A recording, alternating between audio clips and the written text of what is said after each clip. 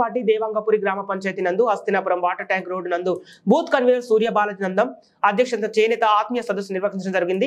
Telugu Desam party ప్రభుత్వంలో చేనేతకి మంచి ఆదరణ లభిస్తుందని, చేనేత ఉత్పత్తులు అంతర్జాతీయంగా మార్కెట్ కి సౌకర్యం కలగజేయటకు తెలుగుదేశం పార్టీ కృషి చేస్తుందని, చేనేత వస్త్రాలపై విధించిన జీఎస్టీని ప్రభుత్వం భరిస్తుందని, చేనేత కార్మికుల ఉపాధికి వారి సంక్షేమానికి తెలుగుదేశం పార్టీ ప్రభుత్వం ఎల్లప్పుడూ చిత్తశుద్ధిగా పనిచేస్తుందని, చేనేత వృత్తుల సంక్షేమానికి కృషి చేస్తామని తెలుగుదేశం పార్టీ పార్లమెంట్ అభ్యర్థి తెన్నేటి కృష్ణప్రసాద్ గారిని నన్ను ఎమ్మెల్యేగా గెలిపించాల్సిందిగా కోరారు. తెలుగుదేశం పార్టీ నాయకులు సిద్ది బుచ్చేశ్వరరావు, శ్రీరామ రమేష్, గంజి పురుషోత్తం, కౌత్రపు జనార్దన్ రావు, పృథ్వీ వెంకటేశ్వర్లు, బండారు సాంబశివరావు, సజ్జ రేణుకేశ్వరరావు, ఉమ్మటి విఠల్ నాగేంద్రం, గుంటూరు రాంబాబు, సజ్జ హేమసుందరరావు, పెండెం లింగమూర్తులు వేదిక మీద ఆసీనులయ్యారు. పెద్ద ఎత్తున చేనేత కార్మికులు, తెలుగుదేశం పార్టీ నాయకులు, కార్యకర్తలు ఈ కార్యక్రమంలో పాల్గొనడం జరిగింది.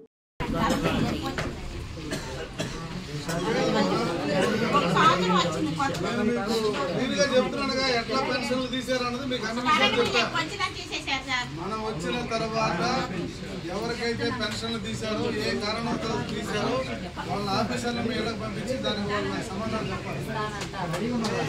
నాకు అధికారం వస్తుంది కదా.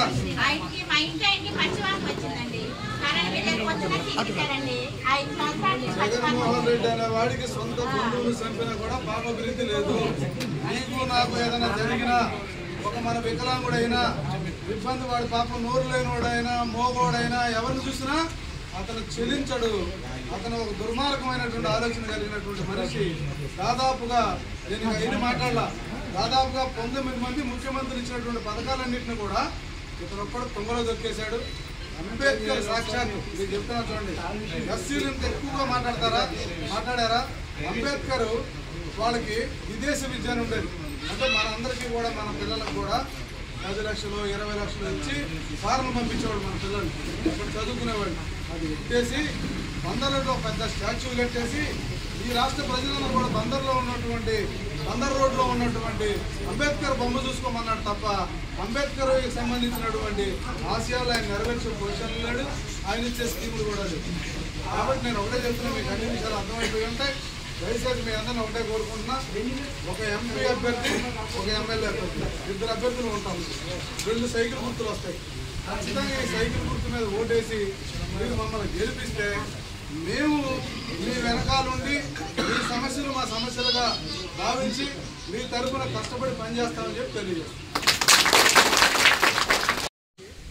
న్యాయం జరిగితే దాని ఎదురుగా అంటే ప్రత్యక్షంగా 5,000 మందికి అవకాశం దొరికితే ఇంకో 15,000 మంది బతకడానికి ఆస్కారం ఉంది.